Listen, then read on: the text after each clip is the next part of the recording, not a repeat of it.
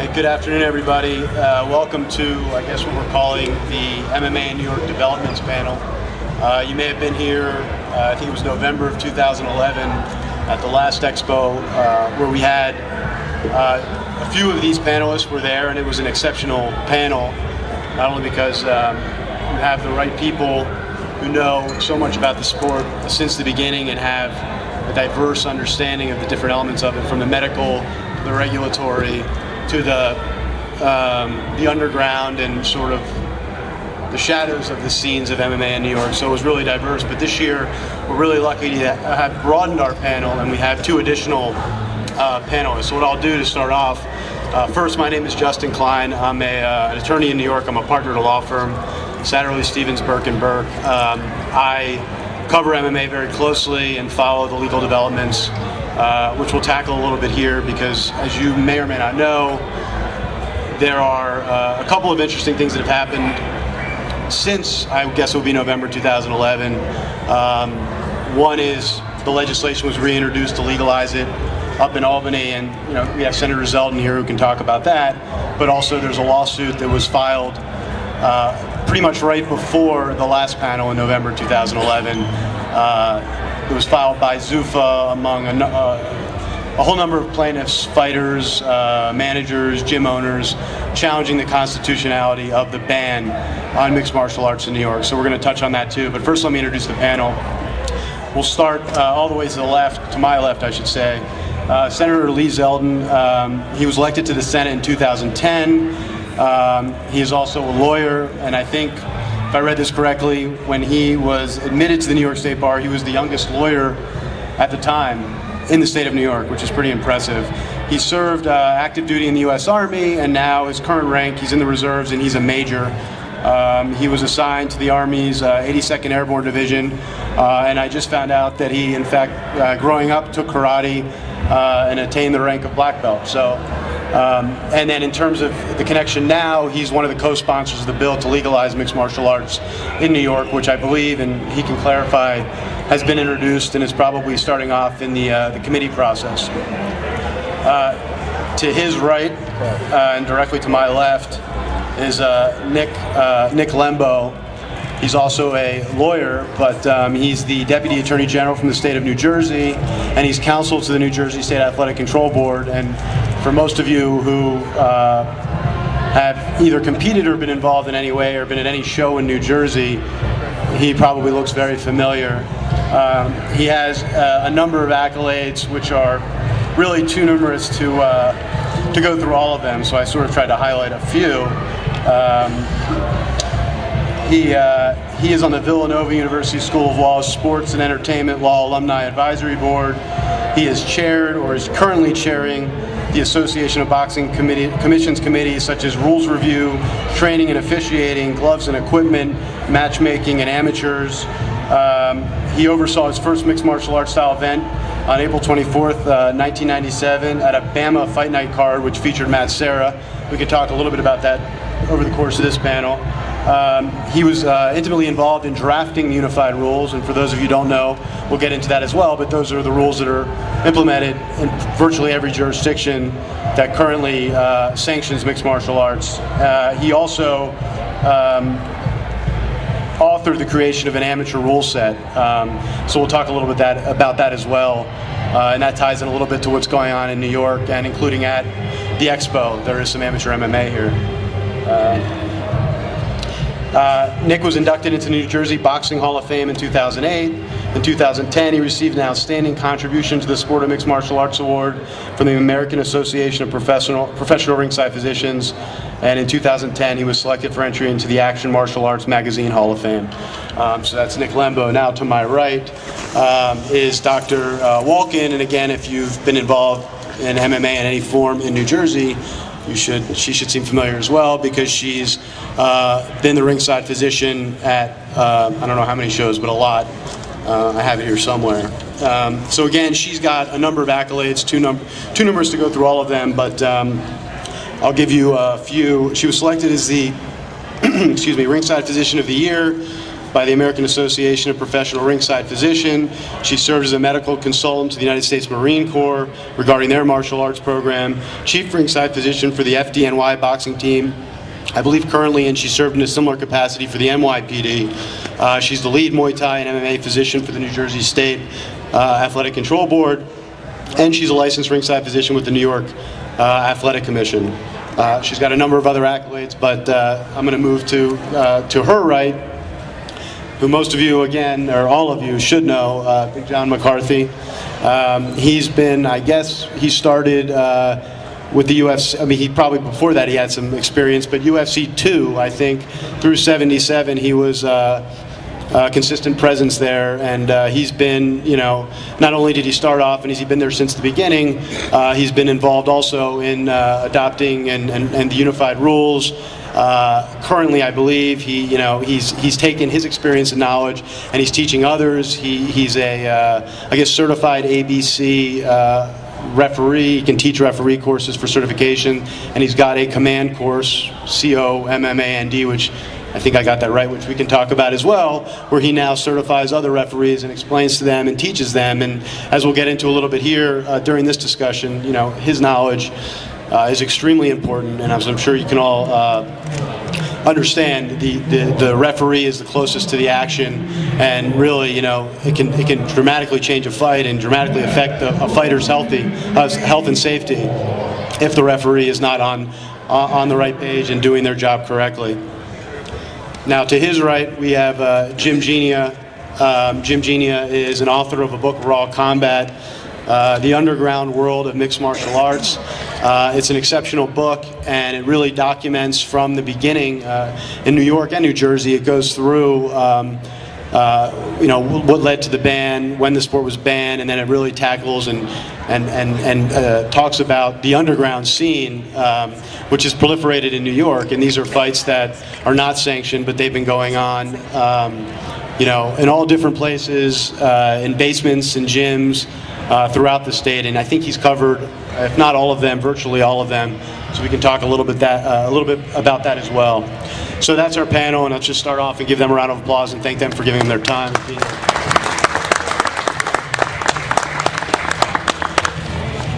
As I said, there's really two tracks here with the legalization of mixed martial arts. And for those of you who don't know, there's a law that was passed in 1997, which in effect, and we'll talk about why in effect, or for the most part, bans mixed martial arts in the state, and it rendered it illegal.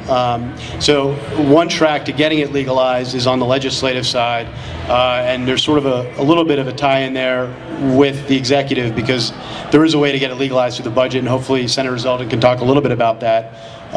And there's also a bill now currently, I believe, in the Senate that would legalize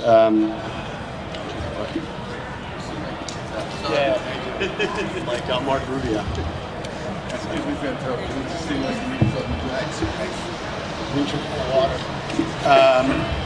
and then on the other side of it, there is a lawsuit that's pending in New York in federal court in the Southern District, downtown Manhattan, where the bill is being challenged as unconstitutional. And obviously, if that succeeds, one of the ramifications would be the law can't stand, and I guess it would sort of in effect be a free-for-all until the legislature did something to fix that. So we can talk a little bit about that. But I think a natural place to start here for our purposes is at the beginning, and really I think when I say at the beginning, it's starting with the early UFCs, and obviously Big John McCarthy was involved in those, and you know, at the time the sport was very different. And I think let's start off and let John talk a little bit about the regulations or lack thereof, and sort of what the sport was at its inception, and then kind of, you know, how that led into the ban, not just in New York, but, you know, across the country. And I think Nick, Dr. Wolkin, and Jim can all sort of weigh in on that. But John, why don't you start off and just talk a little bit about what was going on then? I guess I'm supposed to talk about how bad we were.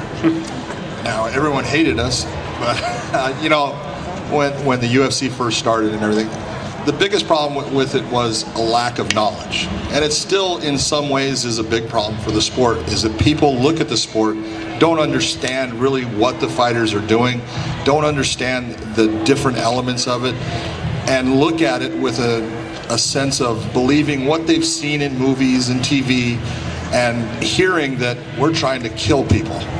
Well, you know, look at, I will be honest with you when I tell you this, the sport of MMA is a combative sport. And is there a possibility of injuries? Absolutely.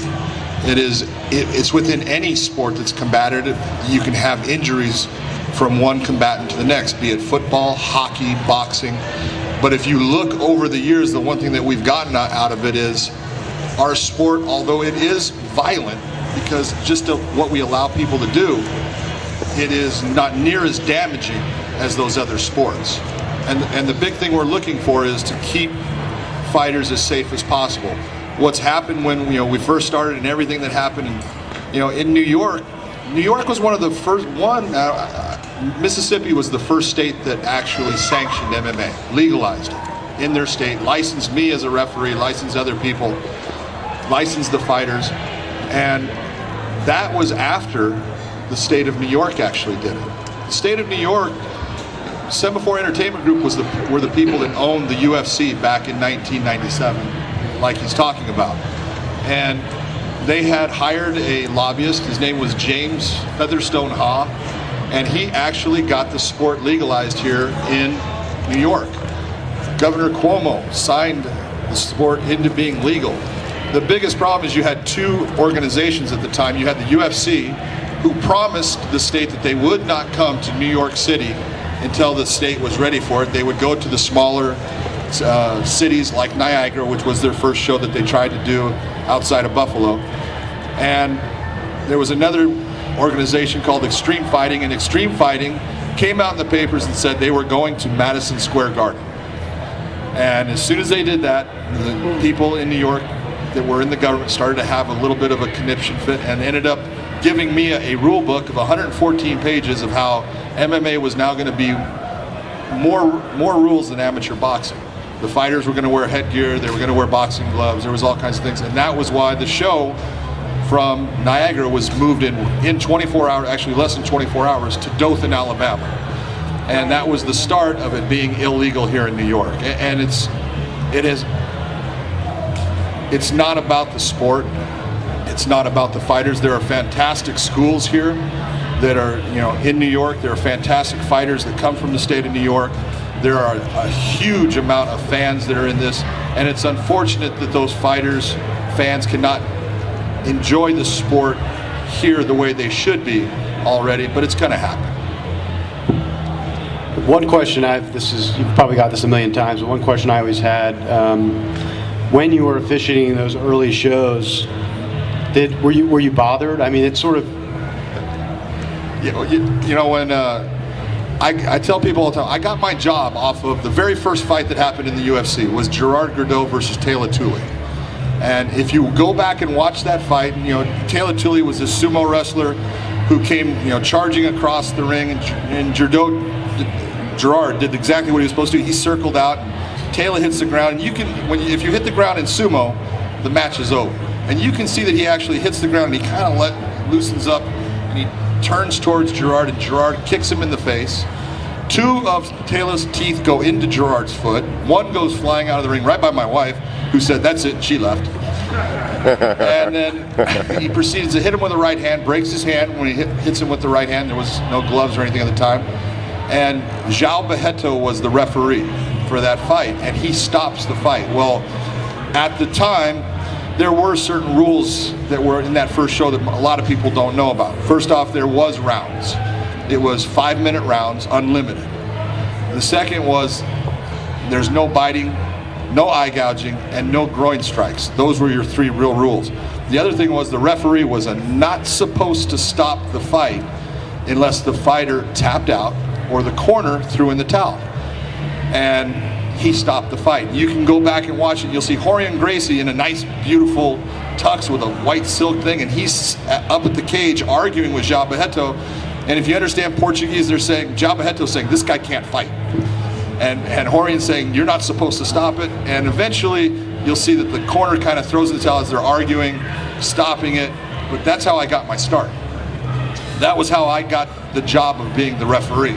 Is Rorion came to me and said, "Hey, you understand what's going on. I need you. You're not going to be squeamish about this. And I looked and said, oh yeah, no problem, you know, sure. I had never refereed anything in my life like that, but okay. And I did it, you know, on a friendship basis. And then the very first fight I did in the UFC 2, was Scott Morris versus Sean Dougherty. No one has even seen the fight. And it lasted 32 seconds. Scott Morris does a neck crank on Sean Dougherty. He taps out. I go, this is easy. Second fight is Ray Wizard, who I knew from California, against Pat Smith. Pat Smith guillotine chokes him. He ends up going out. I stop it. It's easy. From that moment on, my life became a nightmare. Oh, man. And things started happening. And what we found out was the fighters are going to their corners and they're telling them, don't you throw the towel. The corner's going, no problem, I won't do it. The fighter gets hurt to the point they don't know who they are. They don't have the conscious ability to tap out. And you're supposedly going to have a referee that's going to stand there and watch people get viciously beat. And I realized quickly I was in trouble. And luckily there was things that happened in that second show that made fighters stop. They thought I was saying things. But after the show, I told Rorion Gracie, I said, I will never do that again. And he said, why? It was great. And I said, look, I understand you know your brother understands what he's doing. Your family would take care of him. These other people do not understand this kind of fighting. And they are going to get somebody seriously hurt because they don't have the common sense to stop the fight. I told the fighters before the fights, I said, look, I told the corners, if your fighter's starting to have a problem, I'm going to say, hey, check your fighter. If they're starting to be in trouble, I'm going to say, watch your fighter. And if they're in trouble, I'm going to tell you, throw your towel. And I went through that progression, you know, in that second UFC, and I actually had corners looking at me and throwing the towel into the audience and shaking their head no. And that's the whole purpose of a referee, is supposedly for the safety of the fighters.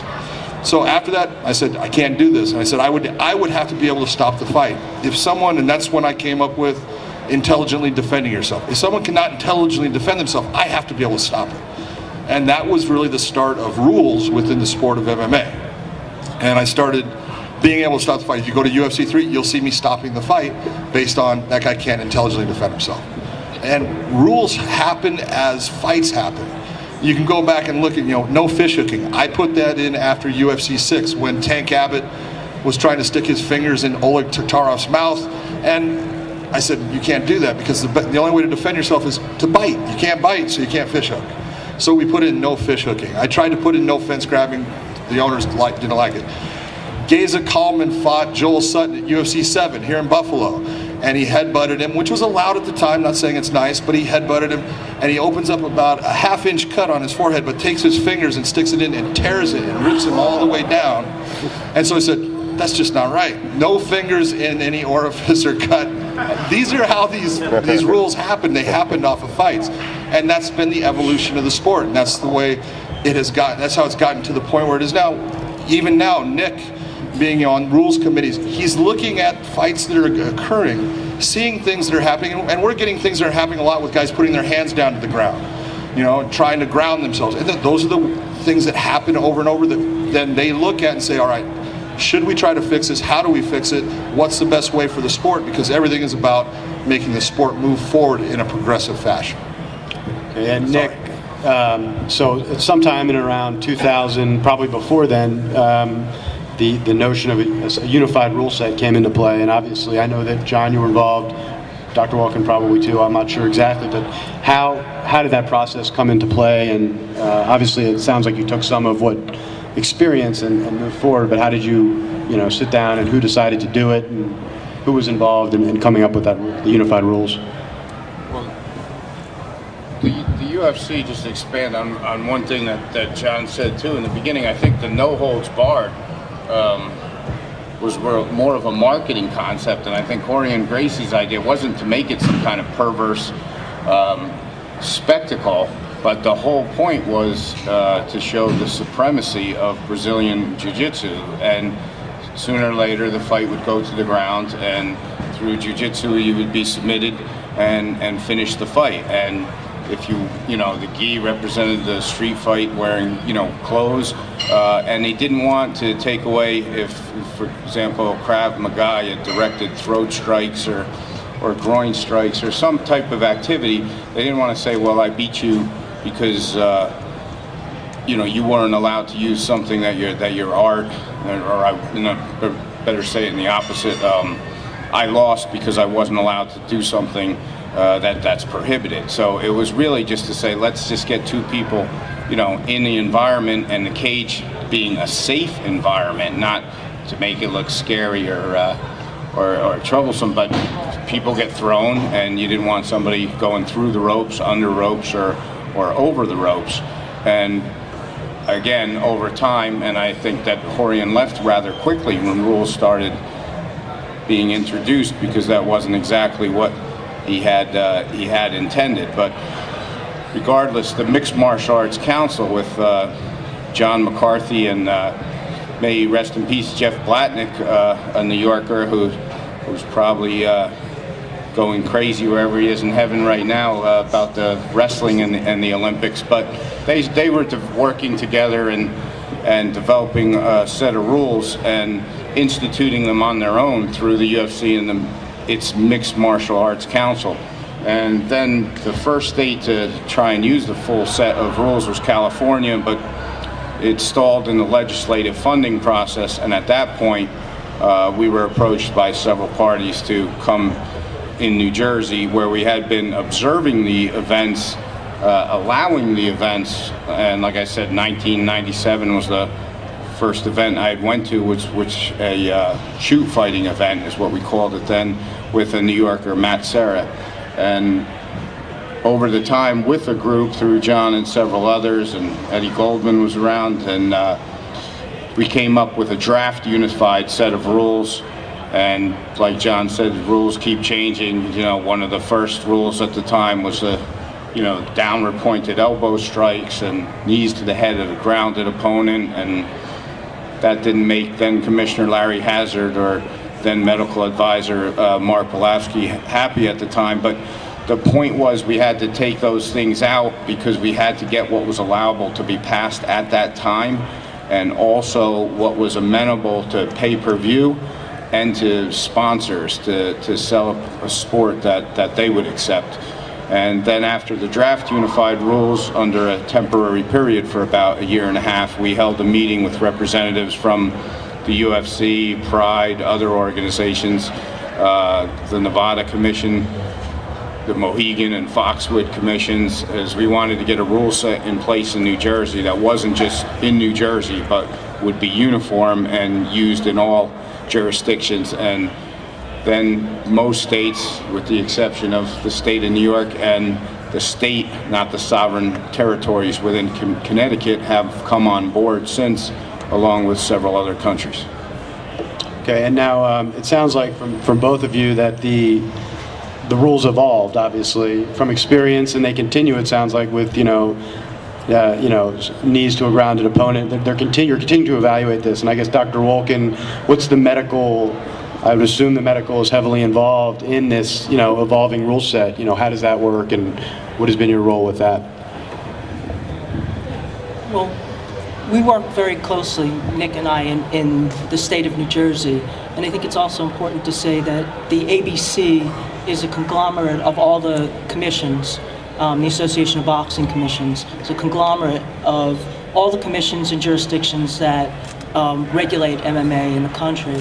And so we share ideas to try to bring up the bar of health and safety. In the state of New Jersey, fighters don't just come in and fight. There's a whole slew of medical testing that has to be done before. They get head exams, MRI, MRA, and CT to make sure there's no either congenital abnormality or, for example, something that happened in a prior fight that caused an abnormality to develop over time.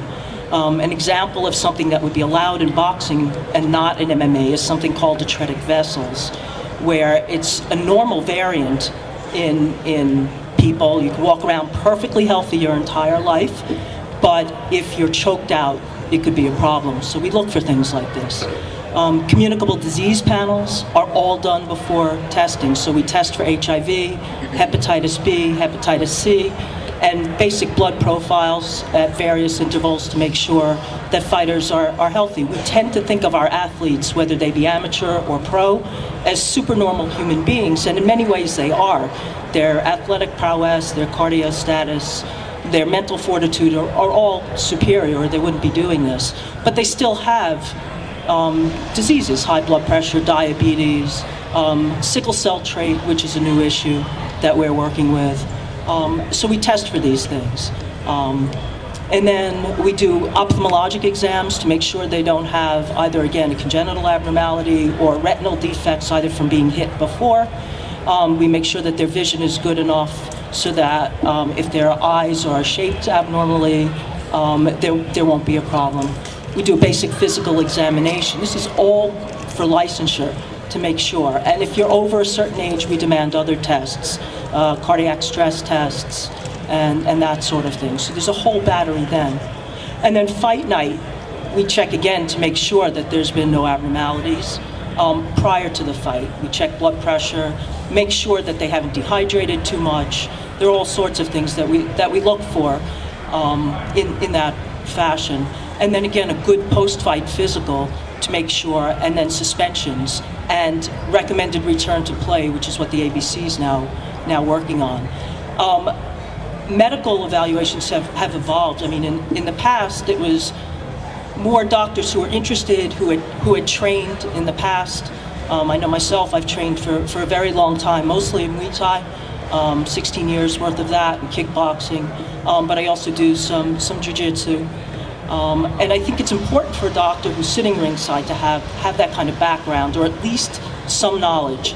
And so for the first time last year, along with Atlantic Sports Health in Morristown, New Jersey, we had the first continuing medical education program for doctors who are interested, because I think it was Big John who said to me actually earlier, you know, some doctors are afraid. It's a sport that they're not really aware of. They're not comfortable with it. They didn't grow up with it as they did with boxing. The younger generation, that's not the case. And we had a pretty good turnout. We're having the second event May 3rd, and we developed the first fellowship program or elective program in combat sports medicine as well.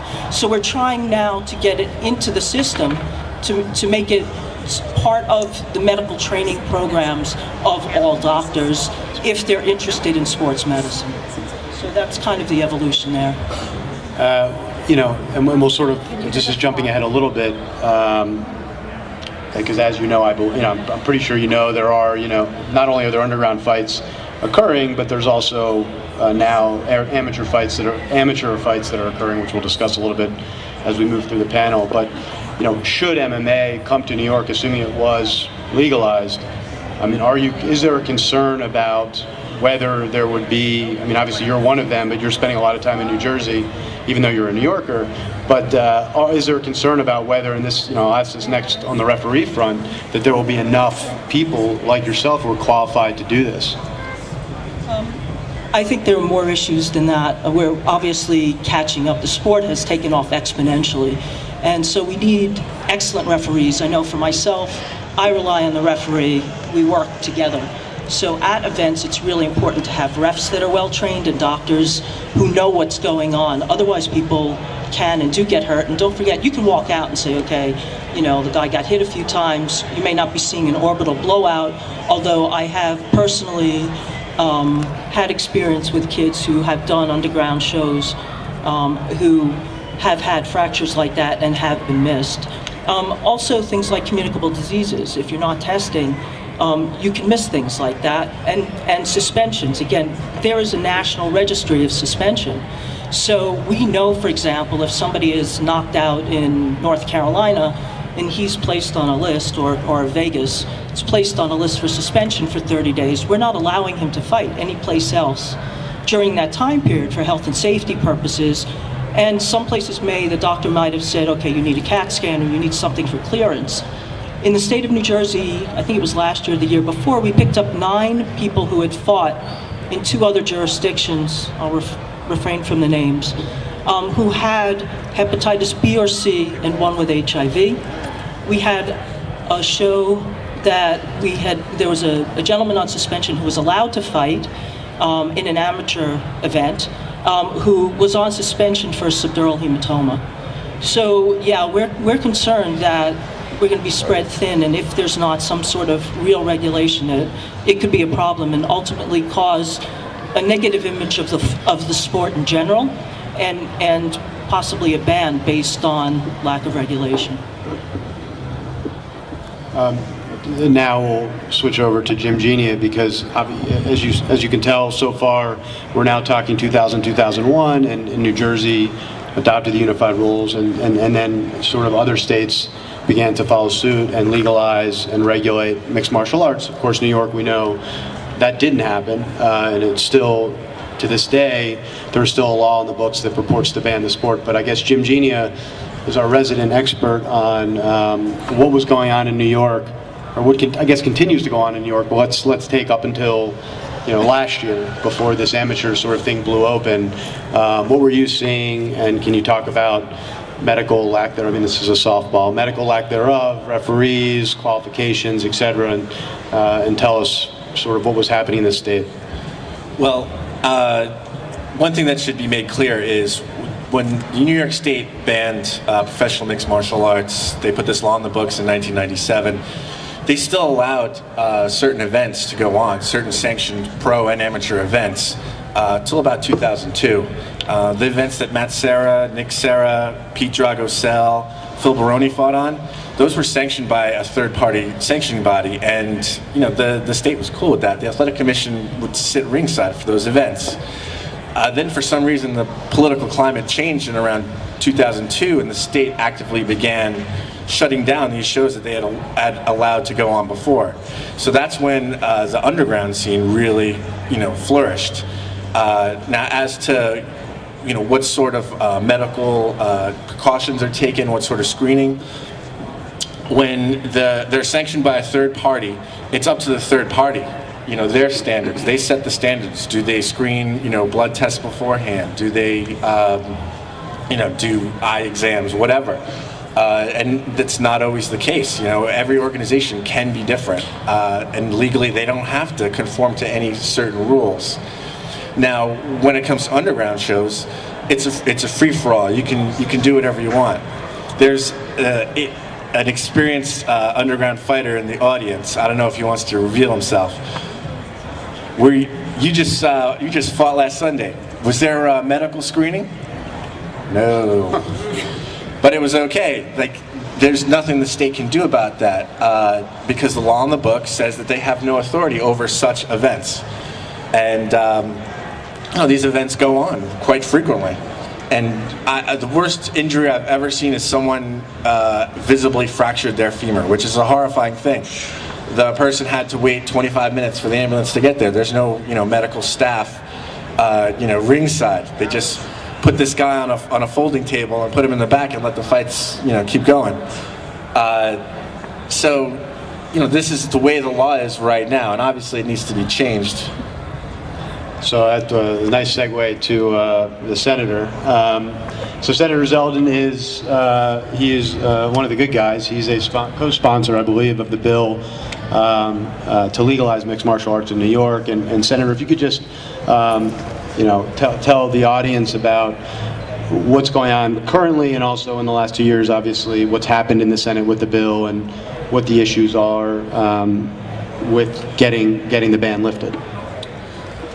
Well, so I started January of 2011. That was when I first took office, and up in Albany, I saw this issue was controversial, was talked about a lot right from the get-go. A lot of support on both sides of the aisle. We hear a lot in politics of someone being identified as a Republican or a Democrat, and somehow that influencing how a particular thing gets done. This bill, for example, I'm looking at the Senate list of sponsors. The lead sponsor is a guy by the name of Senator Joe Griffo from upstate, from Western New York. You have nine folks on this list. It's a Republican, Democrat, Republican. I could keep going, but it alternates back and forth. Unfortunately, there's not enough support right now. On the Senate side, we've passed the bill. There's enough support on the Senate side to get this bill passed and signed into law. On the Assembly side, the bill was being introduced by a guy by the name of Assemblyman Joe Morelli. Now, the great news is that over the course of the last couple months, Assemblyman Joe Morelli went from being a rank-and-file assemblyman to being the second highest assemblyman now in that chamber. He is the majority leader of the New York State Assembly, and he's the one who is leading the charge on behalf of legalizing mixed martial arts in New York State. So the trend has been going in the right direction. What we tried doing last year in the New York State budget, this is how the process works as far as the budget goes. The governor presents his proposal, and then the Senate and the Assembly each put out our own proposals, and then we try to agree on a proposal, and that's how the budget gets finalized. So in the middle of January of 2012, Governor Cuomo introduced his budget proposal. Then the Senate put out our proposal, and it included the legislation to legalize mixed martial arts. Unfortunately, there wasn't enough support last year to get it done because all three, they call three parties. You have the governor, the Senate, and the Assembly. All three parties have to agree in order to get it into the budget. But what we tried last year for the first time was getting it into the budget. So the Senate put in our one-house resolution, but it didn't pass. So now fast forward to 2013. Senator Joe Griffo reintroduced his bill. And for reference, in case any of you ever talk in your own local senators or assemblymen, the bill number is 2755. That's Senator Griffo's bill. Now, the committee process, as you referenced earlier, it's important in order to get a bill passed, it starts off in a committee. So this bill is in the Cultural Affairs, Tourism, Parks, and Recreation Committee. And when we get, right now, next week, we don't go back up to Albany because it's President's Week. The following week, we are back up in Albany. And Senator Little, who chairs that committee, has this bill on their agenda. So that committee is going to pass this bill, and then it's going to go to the floor of the Senate. I would guess that the Senate is going to pass this bill, and that's half your battle as far as getting the bill in front of the governor. The Assembly side, Assemblyman Morelli hasn't yet reintroduced his bill. So there is no bill in the Assembly yet, and we're right now in the middle of February. But if you can get Assemblyman Morelli to reintroduce his bill, or someone else, that can get the process started on that side. And in the Assembly, there are dozens of sponsors, Republicans and Democrats. Meanwhile, the Governor Cuomo, plays an important role in this process as well.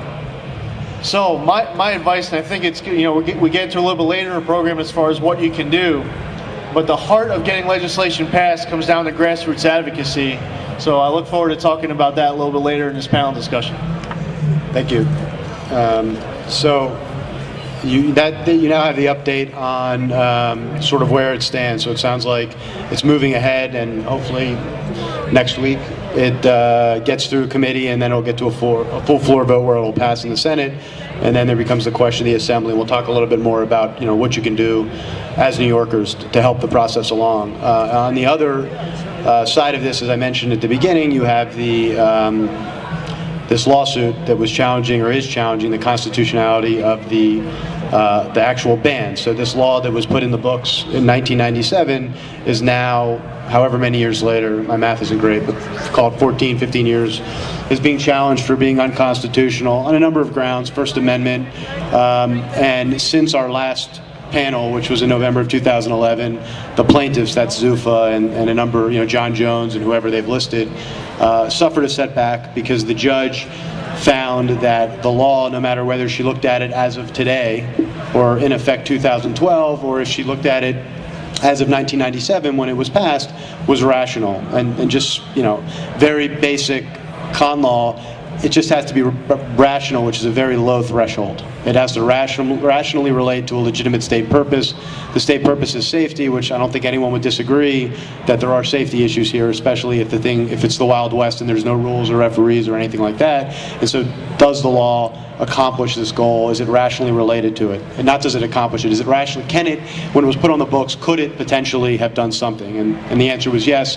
So the judge dismissed 2 of their counts, which they've now amended their complaint and added sort of those claims back in. But the interesting twist in all of this is that in the process of litigating this issue, the government, the Attorney General, who is charged with enforcing the law, under the law that bans it, has now said two things which are important, or confirmed, I should say. One is that the law on its face does not apply to amateur mixed martial arts or amateur combative sports. We'll talk a little bit about what amateur means, because it doesn't necessarily mean much. And then the other thing that's come out of all of this, which I think is plain by the face of the statute, but which the AG is now, or the Attorney General has now also confirmed, is that there are certain organizations. So when they banned mixed martial arts, they didn't ban mixed martial arts, they banned combative sports, which was a term you heard John McCarthy say before. A combative sport, the legislature defined as anything other than boxing, wrestling, or martial arts. So then the question becomes, well, what is martial arts? So then they define martial arts as anything that's sanctioned by one of 11 organizations. So in effect, if it's sanctioned by one of 11 organizations, it's a martial art, and therefore it's not a combative sport. And where that takes us is, and I'll let Jim Genia talk a little bit more about this because he was in court this week, but there are 11 organizations that were listed. A number of them are defunct, but not all of them. But the bottom line is, as long as these organizations are sanctioning mixed martial arts, it's not a combative sport, and therefore it's not illegal in New York. So that leads to a whole number of issues when we're talking regulation and safety, and I think it also gives us more incentive to get this law passed in New York, and hopefully the senator can use that too. But why don't we switch it over to Jim Genia, and just, Jim, why don't you tell everybody, I guess, what happened in court this week, but also explain the exempt organization thing, what exempt organizations are currently doing in New York, and things of that nature, and also what has happened with amateur MMA since the Attorney General started to talk. What's happened in the last year, let's say? Well, on Wednesday, the UFC went to court for just oral arguments to fight a motion to dismiss. So it was the lawyers for the UFC against the representative of the state attorney general's office. And during the course of the arguments, the state attorney general's office admitted, well, yes, the law doesn't apply to amateur MMA, and one of these pre-approved outside sanctioning bodies can sanction a professional mixed martial arts event. And what that means is the UFC can come to New York and hold a show as long as one of these pre-approved third-party sanctioning bodies sanctions the event. And that's huge news. That essentially does an end run around the law that bans professional mixed martial arts in New York. The UFC can come in, or Bellator, or World Series of Fighting, or any other organization, and they can do a show. And the Athletic Commission wouldn't oversee it. It wouldn't have the standards set by any athletic commission. It would just be the standards set by the third party. So it was kind of momentous, and at the very least, it could provide leverage for the UFC's legislative efforts. I mean, if they threaten to do a show, then it behooves the state to hurry up and get this law passed that would repeal the ban. On the amateur side of things, it was the state acknowledging that events where the competitors aren't paid, those are okay. These underground shows, they're okay. Just a few weeks ago, there was an amateur event in the Bronx, and yesterday and today there were amateur MMA fights here, and those go on. The state has acknowledged that they're okay. For the longest time, the state wouldn't. The Athletic Commission would actively try and shut these events down, whether through various means. But now the state has admitted that, well, we can't really touch them. Now, going back to the third-party sanctioning, most of these organizations, that were listed in the law, for some reason they were listed there even though they don't sanction MMA. I mean, there's judo organizations there, there's taekwondo organizations, sport karate, and I talked to representatives from those organizations and they were like, what the hell? We don't do MMA. We're not going to come to New York and sanction those things. And that's understandable. But there is an organization that was listed, and they've been doing kickboxing events here in New York for years, professional kickboxing events. They've had 2 very successful events at Madison Square Garden, and they sanction MMA in other states. They're on the list, the approved list. They can essentially be the means by which the UFC or Bellator or anyone else comes in and does a show. Now, are their standards the same as, athletic commissions elsewhere? If a fighter fights in New Jersey and they have to go through, all these tests, all these hoops that they have to jump through, do they have to jump through those same hoops if they fight here in New York under that sanctioning organization? No, it's very different. So one thing you said, and we'll tee this up for the senator, and we'll in a second. We'll get back to that. But obviously, if one of these private organizations were to put on a show in the state of New York, one major thing that's being lost for the state of New York would be the revenue that it otherwise would have if it legalized it and gave regulatory authority to the New York State Athletic Commission, which is the body that oversees boxing in the state and really should oversee mixed martial arts if it were to come to New York. But I was involved in writing a letter on behalf of the Association of Boxing Commissions very recently, dealing with concerns that the association has. And as Dr. Wolkin mentioned, the association is comprised of 83 members in North America, and it includes tribal associations as well as some up in Canada, and I think most, if not all, of the United States state boxing commissions, including New Jersey. And I'll let Nick, and since Nick and Dr. Wolkin and John are all involved with the ABC, I'll let them talk about it. But it's sort of, the letter was sent to the governor, the Dean Skelos, who's the senator, I guess he's the majority leader, Assemblyman Silver, who's the Speaker of the Assembly, Cesar Perales, who's the Secretary of State, which is the body above the Athletic Commission. Nick, you want to start off just talking about the letter, the purpose, and what the issues are from the association's standpoint? Well, I guess the issues are twofold. One, we have this database. It's a cross-check for everyone, their actual record and any drug or medical histories or disciplinary histories. So basically, we pick up someone who has hepatitis C or has a subdural hematoma for a fight. If he goes to fight tomorrow in Nevada or California, Florida, Vancouver, any of the member jurisdictions, they're going to see that suspension. They're going to check that database. So that person isn't going to fight. Right now, that person is going to go fight in New York. So it's one of the reasons where I'm not crazy about my referees refereeing in New York, because I can't tell you how many fighters that test positive for HIV or hepatitis C in New Jersey and can't fight in these other jurisdictions come to New York and fight in kickboxing or Muay Thai or amateur MMA. So it's one thing, which is a medical issue. If you're a medical issue to yourself, the subdural hematoma, you're going to hurt yourself. But when you have the communicable diseases and you're going to put other people at risk, obviously, that's concerning.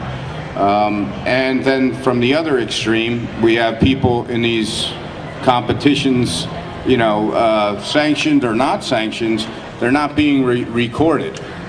So you could have an individual who got knocked out on Friday night and is coming to New Jersey to fight on Saturday night, and I don't know he got knocked out.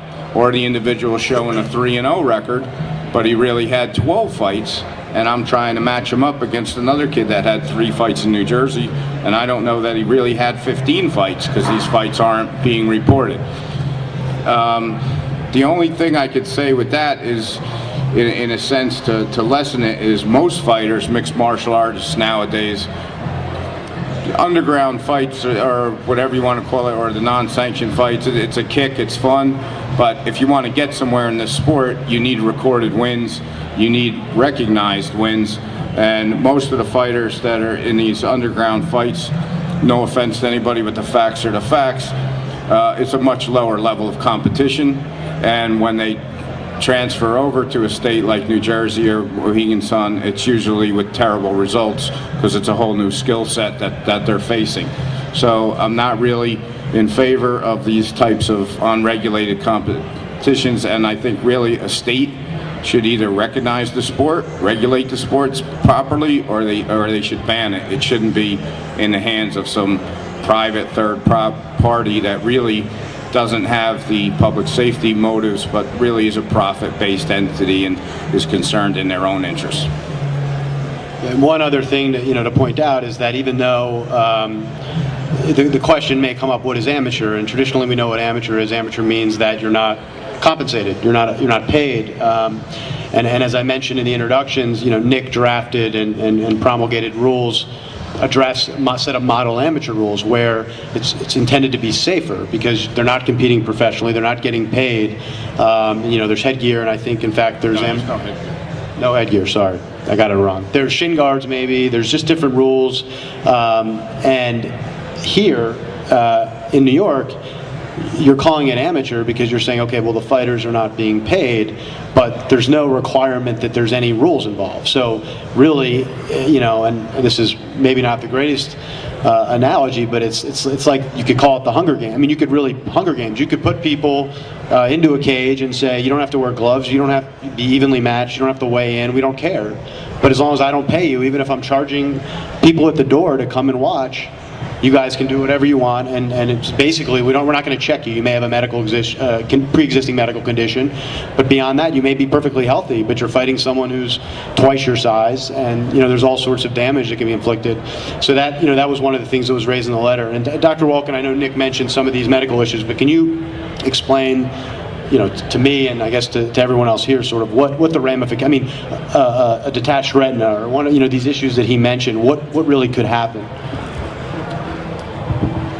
Well, some fighters are very tough, and they don't necessarily like to admit that they have an injury, and they think that something may go away. So with a detached retina, I mean, you can go blind. You might initially start seeing some wavy lines, maybe some flashes, and if you wait too long, it can't be fixed. Yeah, your sight might go away, yeah, as you and I know, yeah, a curtain kind of thing. So these things are a problem. You need to get attention quickly. Orbital fractures, sometimes kids, will get hit. They may have a fracture, but it may affect the motion of the eye muscles as well. And sometimes that's kind of like a paresis. It's temporary. Sometimes it's because a nerve is entrapped. And if that's not released or you don't fix that problem, you can inhibit somebody's ability to gaze to left or right. Again, head injuries, concussions, people can walk out and be perfectly fine or feel like they're perfectly fine. But if you go back again and you start sparring and you haven't taken the time, to heal over that process, you need time to heal that brain, then you can get what's called a second impact syndrome, or make the next time that you have a concussion that much worse with potential sequelae that are long-term that can harm you. Reflexes may change, speech may change, etc., etc. And so head injuries, eye injuries, orthopedic injuries. Some kids will walk out and they'll have tears of tendons or ligaments that they don't know about. If you go back training, it can cause permanent damage. So we're looking at short-term effects, long-term effects for the fighters, and health and safety issues for them, the issue of the sport, and also the cost overall to medical care, which is a huge issue in this country to begin with, short-term and long-term. Because the purpose of sport is, competition, and it should be fun, especially at the amateur level. But when you're throwing kids in who have fewer skill sets because they are amateur, and fewer competitive bouts, and expecting them to compete in the same way that the pros do without testing, I think that's a travesty. I get to say something here. A lot of people you're going to hear people complaining all the time about New Jersey or a state like it or California that have really extensive medicals that the fighters have to go through. If you look at the records of the people that have passed away in mixed martial arts and where they fought and what happened, we have Sammy Vasquez, who fought in a sanctioned fight in Texas. Okay, the reason Sammy passed away was a subdural hematoma. It was caused by the cage. It was people not doing the right thing as far as equipment that ended up costing him his life. If you look at everyone else, Michael Kirkham, who was from South Carolina, it was a blood test. That's all they did. You look at Tyrone Mims, blood test. They didn't do a physical. One of the hardest jobs there is hers before a fight. I'm telling you, because a fighter goes into her after he's done all the medicals, he wants to fight. And you will not find one fighter that walks into the medical that she's going to do before the fight happens and say, yes, this hurts, I got a problem here, I got it. She says, what problems have you had? Do you have anything that hurts? Nope, everything's good. He's sitting there with a broken hand. And he says, good. And she's got to find, it's not like the average person going to a doctor because they need medical treatment. He's doing everything, or she's doing everything they can to hide all of their maladies from the doctor because they want to fight, because that's how they're going to get paid. After the fight, they're going to tell her everything about what's wrong. Okay, but it's so important that the fighters actually get these tests done and everything, because that, when you have, the reason the UFC does so well, look at, if it was a sanctioning body coming in here to have just the UFC, look at, the UFC does things right. They're a promotion, but they absolutely do things right as far as making sure that medicals are done and all these things are done for their fighters. Their fighters don't get to fight that often. That's one of the best things going for the UFC and the people fighting for them. When you sit here, and Jim said something about the worst injury he saw in one of the underground fights here was what? A broken femur. A femur. What is that? That's a leg. Okay, and we look at that, and all of us, I don't care if it's in the UFC or if you're watching that underground fight, and you see that leg break, and trust me, I've had legs break on me, and everyone goes, oh my God, it's so horrible. But we'll have a guy get dramatically knocked out. He gets hit, he goes down and around, and everyone's like, uh-oh. And then all of a sudden they'll see that fighter, and they'll see that fighter get up, sit up, all of a sudden they're standing up, we sit them on a stool, and all of a sudden they're walking around, and everyone goes, he's okay. That injury, that fighter being knocked out, is so much more severe than that broken femur, because that fighter will go back, like she's saying, and go back and start to train before that injury, because their brain has been bruised. It is traumatized. It needs time to heal itself. But fighters want to keep going, and they want to go back and train, and so they're going to go back in the gym and start training. And when you don't have the ability to test them, you're never going to find out those secondary occurrences that happen in training, that because they didn't allow that injury of that brain to actually recuperate. We allow, everyone sees the fighter with the broken leg and the cast on his leg and they go, oh man, yeah, that was bad, oh, horrible thing. But they don't look at the same as the person that's been knocked out. As soon as they're up and walking, they're okay. They're not okay. They do need to be tested. They do need to be looked at, because those are the people that are going to end up having serious injuries occur.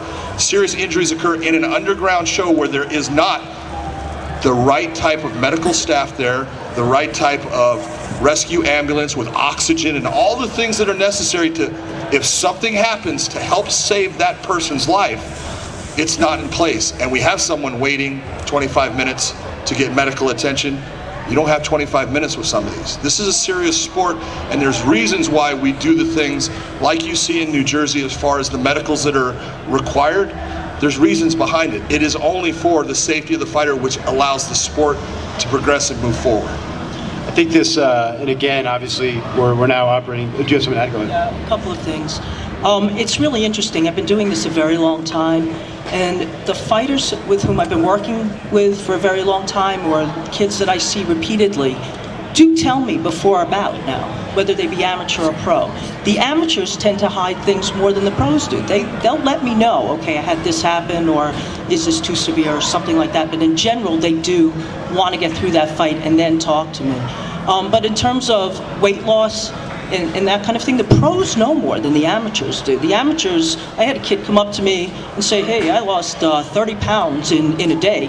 And I'm like, really? You're still sitting here? That's quite remarkable. And he's like, yeah, well, that's the way the pros do it. I'm like, really? Is that true?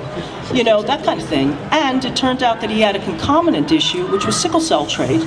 And that combination could be deadly. Because in the sickle cell trait, you may not have any issue at all, and the only thing that somebody may show is fatigue. But if you don't have that history before and you allow that person to continue, that can be a problem. And we had 2 deaths in the sport in unregulated states, amateur shows, where the the kids knew they had sickle cell because they were professional, not professional, they played NCAA football. So they had the diagnosis, but there was no doctor there to say, you know what, this guy came out and he was beating the tar out of somebody in the first round. Comes out in the second, and I don't know what the hell happened. He looks like a totally different fighter. Well, if you have the information beforehand and you've seen these fighters, you know, you can then say, okay, I'm going to work with that ref, and you know, I would tell, if I were working with Big John, I'd say, hey, you know what, this guy's got something going on. If he looks this way to you in the next round, let me know, we'll work together. And that's how we provide health and safety. I'm not working alone. I mean, thank you very much for the accolade, but in my opinion, the ref, and a good ref, is the cornerstone fight night for health and safety issues. And if that ref is off or doesn't know what he's doing, there is a really good chance that somebody's going to take extra shots and potentially dangerous shots. And even if the guy gets out of it, not, you know, going to the hospital and saying, hey, he didn't have a bleed or he didn't have anything, I guarantee you that when I take an MRI and a functional MRI, and I look at the white matter of his brain a year later, you know, if he's taken too many blows, that there will be changes in that brain matter at that time. And so we try to avoid that by regulation, by following them by suspension. And if you don't do that, you know, just a simple concussion, we suspend somebody for 30 days. That's the minimum. And then we tell them, okay, maybe at week 2 you can go back and you can start training lightly. But if you develop the following symptoms, I don't want you doing that. If I can't work with the athletes, and I can't start educating them to take care of themselves, and by I mean the medical community, then the risk and to that fighter, long-term and short-term, is much greater. You know, as the fighters learn more about what their injuries could potentially be, then their interaction with us is different, and they can then kind of commandeer or captain some of the questions that they need to have answered. But if they don't know and they never have exposure to a system which is willing to support them in some way, be it the correct way, correct nutrition, correct way to lose weight for a fight, what your proper weight class should be, even simple things like that, then, you know, they're at higher risk. And I just wanted to say one thing, just to point out the irony. While we're sitting right here, I think the next thing after this panel ends is going to be amateur MMA in the cage over there. One of the reasons why you'll see Dr. Wilkins sitting over here instead of sitting ringside over there as a physician is because there's been no suspension checks on those fighters, no pre-fight medicals, and I don't know how I wouldn't sit there as a regulator, and I wouldn't sit there as a ringside physician when you don't know what these people are carrying into the fight and if anybody's on suspension and shouldn't be fighting in the first place.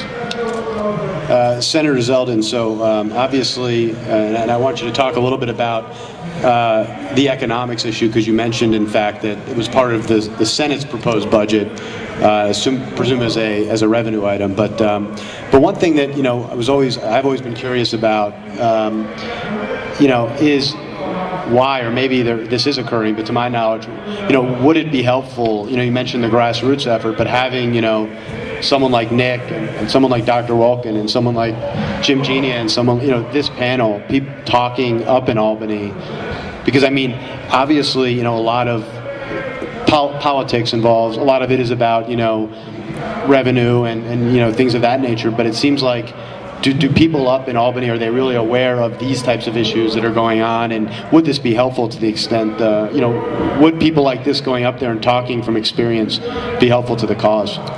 So I would say that there's primarily 2 different kinds of legislators opposed to MMA in Albany, the open-minded and the closed-minded. And as far as going up and trying to talk to any of the closed-minded legislators who are opposed to it, it'd probably end up being a waste of time. There are a lot of other legislators who are open-minded to it, and they ask questions, they're just not yet converted. And that's where it can be very productive. Last year when we were passing the bill in the Senate, and a lot of the UFC guys were there in the chamber with us, and I was spending about an hour with Ronda Rousey. It looked like she was ready to turn the Senate into an octagon when she was listening to the questions being asked by one particular senator from Manhattan. It was just one assumption after another, completely, ill-informed as to what this bill not only would do for the state economically, but most importantly for purposes of that dialogue on the safety end. With regards to economics, there is an estimated $23 million economic impact on the state of New York, and I would say that's on the low end. But these are the numbers that are being talked about up in Albany. They come to these numbers based on $16 million on the UFC end and $7 million otherwise non-UFC. The $16 million for UFC is broken down for $11 million in New York City by having a fight at Madison Square Garden, and the other $5 million is up in Buffalo. The way they come up with this economic impact is from a number of factors. One is the amount of money paid in tax directly to the state, a sales tax on the ticket itself, the direct spending at the venue, whether it be on ticket sales or otherwise. You have a lot of people who would travel to Madison Square Garden or Buffalo. Some would be there for the day, and some would be coming overnight. For an overnight fight in Buffalo, they're saying that the occupancy rate at the hotels in Buffalo would increase by 11% for that one particular night. There's also hundreds of jobs that would be created. And off all of those jobs, you have the people who will be paying income taxes to the state, but also spending that money. Instead of collecting money through unemployment through New York, instead they actually have a job and they can be contributing. So the economic impact number of $23 million that everyone's talking about, it's a good number to use, and I think that everyone pretty much agrees that's probably on the low end. I was just talking to Nick about the economic impact on a fight coming to New Jersey soon, which is actually higher than the estimated amount of money that would be coming to the fight in Madison Square Garden. So the economic impact is important. As far as the grassroots advocacy goes, any senator or assemblyman anywhere in the state, wherever you live, if you can get to them, if they're supportive already, great. If they're supportive and not yet a co-sponsor, ask them to add their name. Ask them, will you co-sponsor this legislation? If they are opposed to the legislation, ask them why. You are their constituent. They should sit down with you and explain to you their reason for not supporting it. And what you'll find most of the time in issues like this is that the reason why people oppose it is because they are uninformed. Now, I have a lot of colleagues. If you ask them what is your top 3 priorities this session, they will say it's re-election, re-election, re-election. And some of them, if you ask them what their top 10 priorities are, it's all about re-election and self-preservation. They don't realize, because they don't watch on TV. They may not have someone close to them in their family. They may not know just how popular this sport is in their district. I've seen bills become law through petitions. Sometimes we think signing our name to a petition is a waste of time, but I've seen people go into their local legislator all across the New York State, 5,000 signatures here and 4,000 signatures there, and move numbers. But what's so important for that legislator who is closed-minded, who is important in one thing and one thing only, re-election, they need to know that there are a lot of votes to be gained or lost based on them getting their facts straight and supporting this MMA bill up in Albany.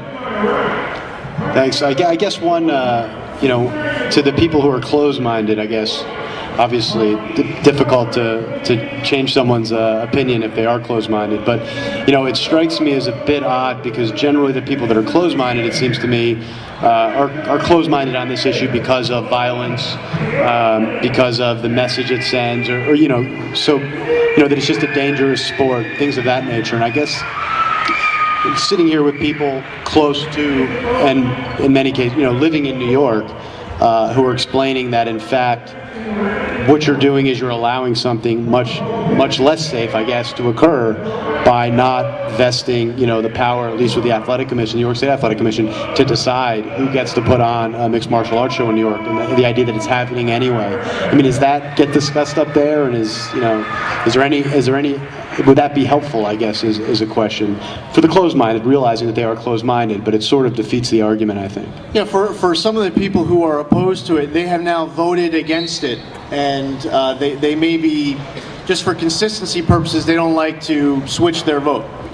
But I think it would be helpful if we do have people willing to come to Albany to meet with legislators, is for us as their colleagues, as colleagues of these other legislators who are opposing it, to come up with a list, because not all are. I guess my point is, not all who are opposed are equal, and it would be productive to convert enough. And I'll add one other element, which is interesting, just in terms. This is something else that'll annoy all of you who are here. The UFC is affiliated in Las Vegas with a battle which has gotten the unions all worked up in Nevada. And because of union relationships tied to UFC in Nevada, they're running interference on the assembly up in Albany. So there are other factors in play, but I strongly believe that the Senate, we already know the Senate has passed it. I'm very hopeful the Senate will pass it again. It seems like all the feedback that I've gotten, and I've been involved in conversations where Assemblyman D. Murray, he's no longer a state assemblyman, but I was with him with Governor Cuomo, and he was asking him about the governor. He was asking the governor about MMA, and the governor seemed to be very open-minded in that particular conversation. It was very encouraging. And as far as the assembly goes, you have the person who has led the charge for the bill is now being the majority leader, the second most powerful person in the state assembly, with Republican and Democrat support. That might be where you want to focus a lot more of your attention on the assembly side, to get more people to add their name as co-sponsors, to push Assemblyman Morelli to introduce his bill, to get it done. So when I say that there are people up there who are closed-minded where it would be a waste of time, I don't mean to say that to discourage the advocacy, because I do know that there are enough people who can and should get converted. Thanks. I was going to talk a little bit, just one comment. In terms of people's perception of the sport as being incredibly dangerous, obviously we've been discussing this now for a while, there's risk of injury. And I'm a huge fan of football, but when you talk about injury rates, if you talk to individual fighters who've crossed over from football to MMA, they say there's no question, in their minds, that on just based on practice alone, that the daily injury from repetitive collision, especially to the brain, is remarkable. Now, if you're looking at cuts and orthopedic injuries and things like that, yes, MMA has a higher, rate of injury probably than football at this point. But in terms of overall long-term sequelae for somebody, at this point, and the sport is still evolving, but at this point, from what we know, MMA is safer for the brain than football.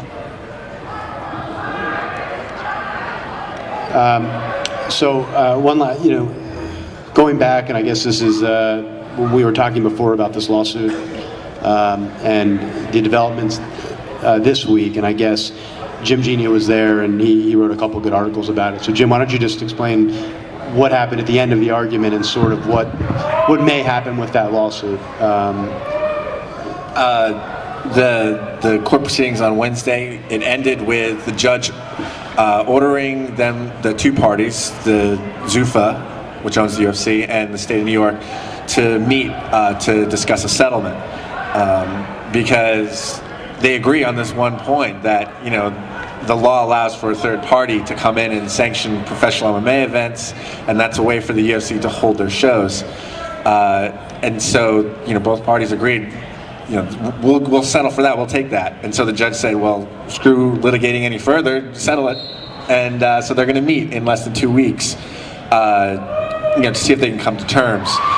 And like I said before, what that means essentially is the law, won't have to be repealed. The UFC, Bellator, anyone can hold their shows here in New York as long as they're being sanctioned by one of the pre-approved third parties.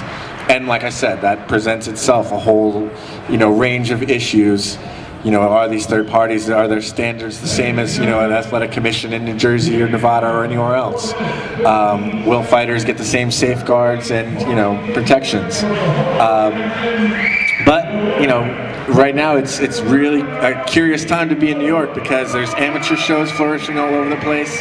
There's underground shows just as strong as ever. And now it seems like there could be pro shows. Even if the law doesn't get changed this year, it seems like, someone's going to be able to have a show at Madison Square Garden or Hammerstein Ballroom or, a venue in upstate New York or in Long Island. So it's, just a really interesting time. One thing I'll add, just based on my read of the legislation, is when the legislation was enacted in 1997, there is a provision where they talk about, as I said before, that if you're a martial arts organization, sanctioned by a martial arts organization, you're not a combative sport. But below that, the statute does give the New York State Athletic Commission the ability to promulgate rules for adding or removing the martial arts organizations. Now there have been draft regulations, and I assume they were promulgated by the State Athletic Commission in conjunction with the Secretary of State, which would, in essence, limit a martial arts organization to a single discipline. And so that they haven't been, put up for public comment yet, but these regulations are out there. So just one thing to be aware of, it's not like once you're a martial arts organization, you're a martial arts organization forever. And, it's certainly conceivable that if this path was going to be explored, as John mentioned, when MMA was legalized and the Athletic Commission was given the authority to draft regulations, on the eve of a show in Niagara, they drafted 140-page regulations, basically turned it into something that was other than mixed martial arts. So it is certainly conceivable in this situation that with enough pressure from people who are opposed to mixed martial arts, or certainly opposed to having it done this way by third parties, that these regulations could be promulgated by the Athletic Commission, and with whatever the rulemaking time period is, maybe 30 days, you could see an organization that was going to put mixed martial arts knocked off because it's not single discipline. So, there's a lot of things going on here. Certainly, I think if that happened, and this is really technical legal stuff, but if that did happen, I think it would certainly actually help the lawsuit, the UFC's lawsuit about this law and whether it is constitutional, but that's, further down the road. But I should just say that there's really just a lot of uncertainty. So I think that if that path was explored, you certainly have to be thinking about the fact that it could be shut down by the New York State Athletic Commission. That was just one thing to put out there. So I guess where we are, I guess I'll sort of summarize here where we are, and then maybe we'll open it up for a couple of questions. But the legislation is moving forward up in Albany. I'm not sure what this, actually, what is the, that's a question for you, what is the, has the Senate released its proposed budget yet, or has that not happened? So the final budget, the three-way budget, should be done by March 21st. So what will probably end up happening is that so the legislature is out for about another week and a half. I would say that the first, maybe the second week of March, we'll probably have a one-house resolution. So what we'll try to do is the 2 weeks from when we get back until somewhere around March 11th, we'll try to get it into the one-house resolution in the Senate. The final budget should be done by March 21st. It's a very short timeline. Strategically, I would say there really isn't much you need to do on the Senate side for our budget resolution. It may be too far gone to try to get the Assembly. I don't think the Assembly is going to put it in their one-house resolution. But the governor, if we put in our one-house resolution, and the governor is supportive of that, in that window between the second week of March and March 21st, then you may actually see it done by March 21st. But I think the real trick as far as that strategy goes is trying to get the governor on board somewhere in that window of the second to third week of March. Okay, thanks. And so that's on the budget side, and then on the other side, just the traditional legislative path. It's been introduced in the Senate. The expectation is hopefully that it'll pass the full Senate again this year, in the next month or so. And then the question is, can it start moving in the Assembly, and will it get to an Assembly floor vote? So we're sort of, I would say, and I guess every year I'm kind of asked this, so I'll just preempt the question. I'm not, unfortunately, I'm not optimistic that, and anyone else can chime in with their view, but I'm not optimistic that it will be passed this year through the traditional channel, just because it sounds like I am optimistic about the fact that Assemblyman Joe Morell is now the #2 guy, and he's a big MMA guy. But it just based on comments I've heard from other high-ups in the Assembly, just public comments, I have my doubts. And there's also this union issue that's lingering based on the Fertitta's interest in the station casinos and the fact that they're not union out in Nevada. So I would say that for this year, my expectation is that path. I'm not optimistic. A slightly different path where there is a UFC event or another event in New York that's sanctioned by one of these so-called exempt organizations, these martial arts organizations. I am a little bit more optimistic. Sorry. One other really important thing to say on the Assembly side is that the Assemblyman Bob Riley, who was probably your biggest stumbling block, he's now retired. So not only does did Joe Morelli end up becoming the #2, but the Assemblyman who was running the most amount of interference is now out. So that's a good thing too. Everyone knows Bob Riley. Yeah, I forgot about that. Good point. So I guess the last thing we'll tackle here, and then maybe it'll be a question or two, we don't have that much time left, is practically speaking, I don't know if Jim, you want to talk about it, or Dr. Walken, or Nick, or John McCarthy, whoever, but if it were to be passed, obviously the New York State Athletic Commission would then presumably be promulgating regulations, and does anybody, any sense of how that process would work? Well, the biggest stumbling block is the budget. Right now, the Athletic Commission doesn't have the budget to staff for sanctioning MMA. They don't have, they don't even have people in the office for it. Never mind, referees on staff, inspectors, deputy commissioners, all the things that make these machines run. I mean, if you ever go to one of Nick Lembo's shows in New Jersey, it's like an army of, commission representatives all doing things, overseeing these events.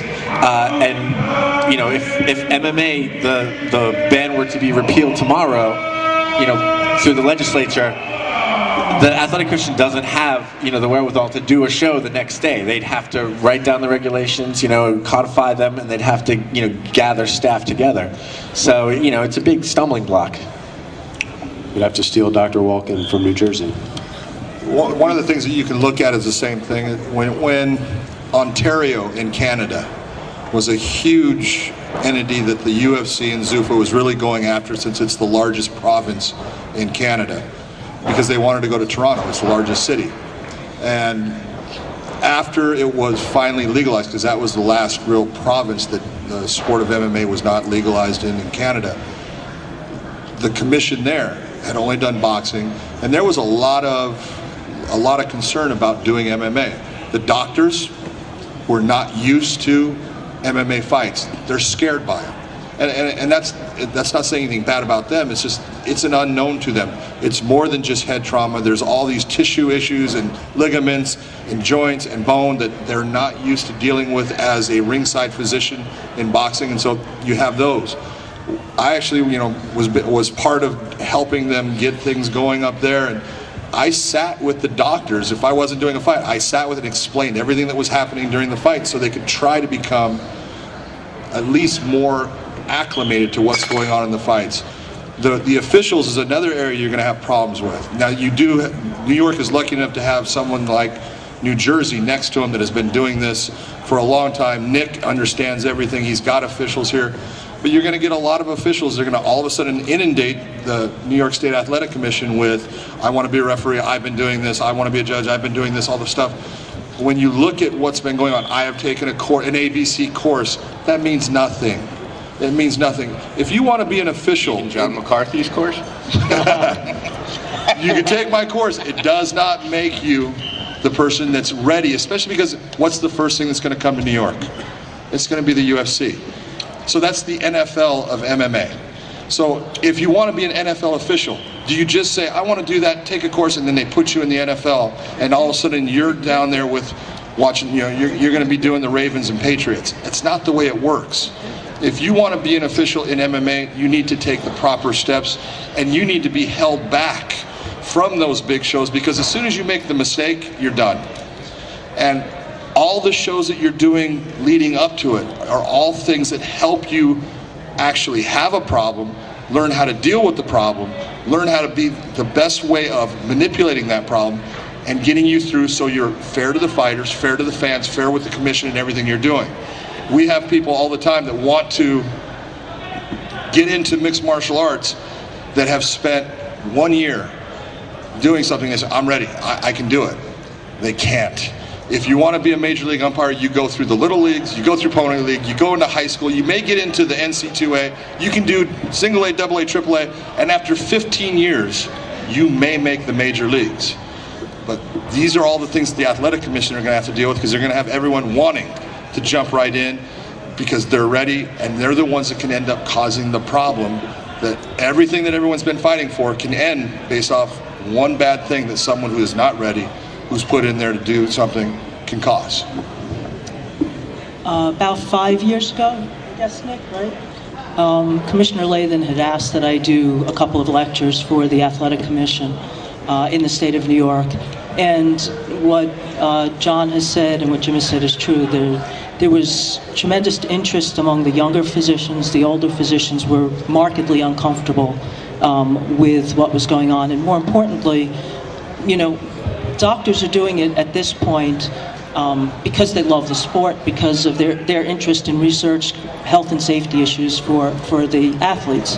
But what we had suggested at the time was that they apprentice, come to, you know, if you're interested, come shadow, because you can have very, very, very good doctors who understand the medical aspect of it, but in that minute when you have to make that decision, they're not ready. What we found with the sports medicine fellows and the doctors who took the course last year was that we had initially said, look, you need 4 to 6 shows in the amateurs that you follow us and apprentice, and over time we'll pull back and your responsibility will become greater. And at the end of the program, they had to take both a written exam and a practical, where they had to deal with the amateurs in that show. And the feedback from the fellows was very interesting. After 6 shows, they said, you know what? That's not enough. A minimum of 10. You need to shadow for a minimum of 10. Now, when I went back again and I spoke, you know, unofficially to a lot of doctors on the Athletic Commission in New York, you know, none of them have followed through really with me. They've asked several times, but none of them have followed through on that side. And part of that, I think, is because it is a part-time job. People are trying to help, and they don't have the time to take, you know, time away. But that is something that's going to need to be in place. That experience before, you know, and sitting ringside. So it's going to take time to develop a good program in New York, and the Athletic Commission is going to have to face that. The only thing I would say that I agree 100%. I mean, you can bring in referees like John McCarthy for the big show, but you're going to have small shows in Albany and all over Long Island, Westchester, Buffalo. You know, it's a huge state size-wise. Right now, New York's not equipped. The best thing they could do is pick some of the experienced officials from New Jersey who are New York residents, like UFC and Bellator referee Keith Peterson and Sue Sanadad sitting here. She's judged UFC, Bellator, all the big shows that have won that have come to New Jersey. So luckily, because of the close distance, we have a lot of people that are New York residents that are very experienced officials. But the quickest way, after all this work and effort to get this thing passed, to blow this thing up, is to be sloppy with the officiating, especially the refereeing. A lot of people, like, just to expand on what John said, you could take a course and think they're ready. I get about 5 requests to referee a week, and you could take 10 courses. Some people just don't have it under pressure too. You could look good, but when it comes down and you know, there's very few people like John McCarthy that can, when the health and safety of the fighter is at risk, and the perfect time to stop that fight or make the right call or stand up to fight, do something to change the outcome of the fight, there's very, very few people to do it. And that's what my end comment would be. People like to criticize referees, but you can't believe, I think it's the hardest job in MMA and maybe the hardest job in sports. All right, well, it looks like we're a little bit past the time, so I just want to thank everybody on the panel for their time. This has been very informative. Thank you. Yeah, I don't know, Jim, I don't know what you want to do with these. I do have one announcement. Big John will be staying on for a question and answer period, I guess until 3:30, so stay seated if you have time and you're interested in asking questions on the history of the sport. I know Jim's got some books here. Jim? Yeah. Stick around with John. Yeah. Just ask him to read. Get one to two. You sent it.